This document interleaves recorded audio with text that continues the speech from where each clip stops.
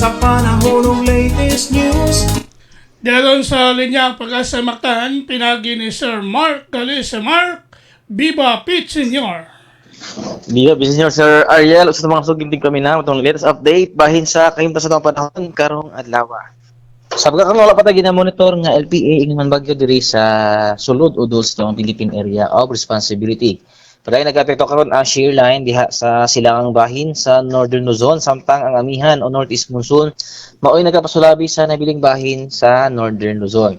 Kining Intertropical Convergence Zone kon ITCZ karon nag-apekto na diha sa may habagatang bahin sa Mindanao and diri sa Kabisayaan karong adlaw makasinatita sa may timpo sa panahon gawas na lamang sa mga lumalabay mga patak-patak ng mga pag-uwan tungod aning easterlies. Para sa kahimtang sa hangin o sa kadagatan diri sa may Kabisayaan, adto na pagyapuntay masinati nga hinay ito na sa kasarangan na paghuros sa hangin, diyan ito ang katagatan, adto na po hinay ito na sa kasarangan ng mga pagbalot.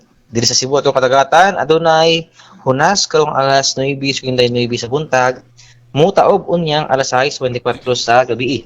Temperatura karong adlaw mga sukod gikan 25 ito na sa 30 degrees sentigrado ato kaning adlaw.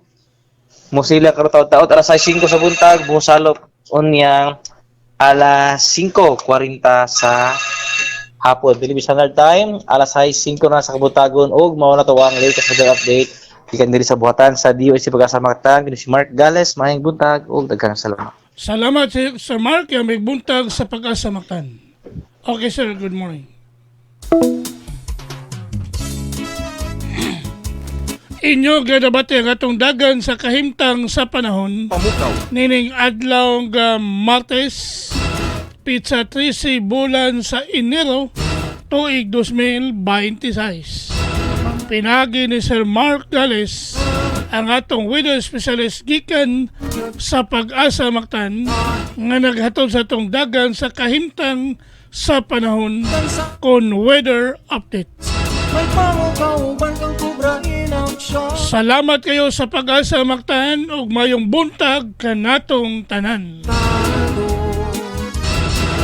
Sumusimba sa kabisi makatunga, adunay lain nga misa, mutambong og magamputa. Kung balitaning atong dakbayan, mahibalo gayud ang katawhan. Balita sa trapiko, inyong masayran. Sa Lapu-Lapu City TV News, #1.